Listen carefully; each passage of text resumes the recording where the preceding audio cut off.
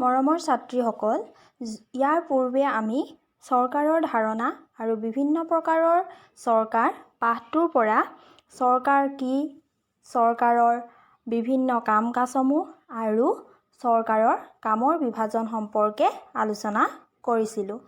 আজি আমি বিভিন্ন প্ৰকাৰৰ চৰকাৰৰ বিষয়ে আলোচনা কৰিম।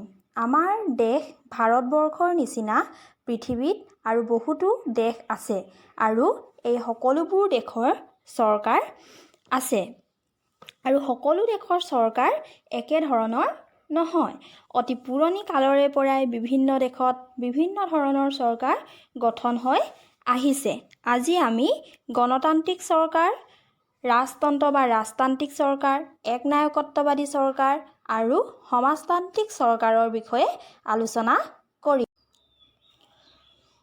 গণতন্ত্ৰ বা গণতান্ত্ৰিক চৰকাৰ এনে চৰকাৰত ৰাইজকে ৰজা বুলি কোৱা হয়, কিয়নো জনসাধাৰণে নিৰ্বাচন কৰা প্ৰতিনিধিসকলে চৰকাৰ গঠন কৰে আৰু এই নিৰ্বাচন প্ৰতি 5 বছৰৰ মূৰে মূৰে অনুষ্ঠিত কৰা হয়।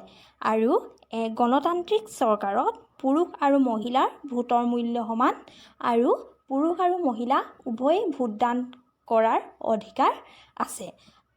18 বছৰ বয়সৰ সকলো নাগৰিকৰে ভোট দিয়াৰ অধিকাৰ গণতান্ত্ৰিক ৰাষ্ট্ৰসমূহত আছে। আমাৰ ভাৰতবৰ্ষ এখন গণতান্ত্ৰিক দেশ। ইয়াৰ উপৰি ভাৰতবৰ্ষক জনসংখ্যাৰ ভিত্তিত পৃথিৱীৰ ভিতৰতে সৰ্ববৃহৎ গণতান্ত্ৰিক দেশ হিচাপে জনা যায়। অন্য এক প্ৰকাৰৰ চৰকাৰ হৈছে ৰাজতন্ত্ৰ বা ৰাজতান্ত্ৰিক চৰকাৰ। গণতন্ত্ৰৰ ধাৰণাৰ বিকাশ লাভ কৰাৰ আগতে ৰাজতন্ত্ৰ প্ৰচলিত আছিল আৰু এনে চৰকাৰক এবিধ অতি পুৰণি চৰকাৰ বুলি কোৱা হয়। ইয়াত ৰজাই সৰ্বে সৰ্বা বুলি কোৱা হয়। আইন, বিচাৰ, শাসন সকলো বিভাগৰ মুৰব্বী ৰজা হয়। তোমালোকে অসমত আহোমসকলে ৰাজত্ব কৰাৰ কথা নিশ্চয় পঢ়িছা, হয়নে? তেওঁৰ ৰাজকাৰ্যত সহায় কৰিবলৈ মন্ত্ৰী পৰিষদ যদিও আছিল, কিন্তু ৰজাৰ ক্ষমতাই সবাতোকৈ বেছি আছিলে আৰু ৰজাই দেশৰ সকলো শাসন কাৰ্য চলাইছিলে। আৰু এনে ৰাজতান্ত্ৰিক ব্যৱস্থাত ৰজাৰ পুত্ৰ বা কন্যাই উত্তৰাধিকাৰী সূত্ৰে ৰাজপাটত বহাৰ সুবিধা লাভ কৰিছিল।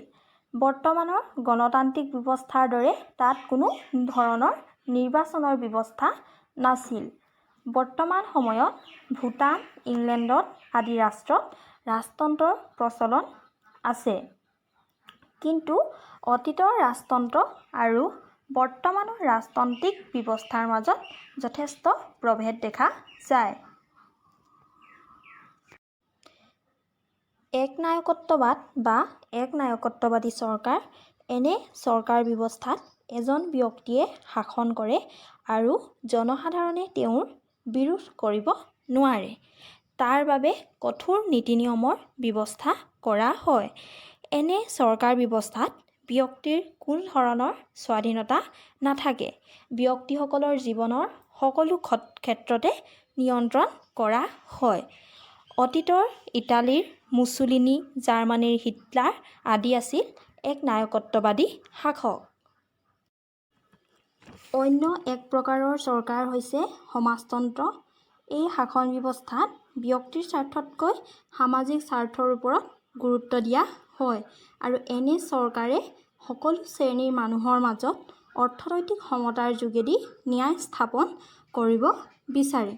আমাৰ প্ৰতিবেশী দেশ চীন আৰু কিউবাত সমাজতান্ত্ৰিক চৰকাৰৰ প্ৰচলন আছে। গতিকে ছাত্ৰীসকল, আজি আমি বিভিন্ন প্ৰকাৰৰ চৰকাৰৰ বিষয়ে আলোচনা কৰিলোঁ।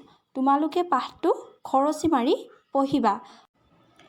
অহা পাঠত আমি এটা নতুন অধ্যায় আলোচনা কৰিম।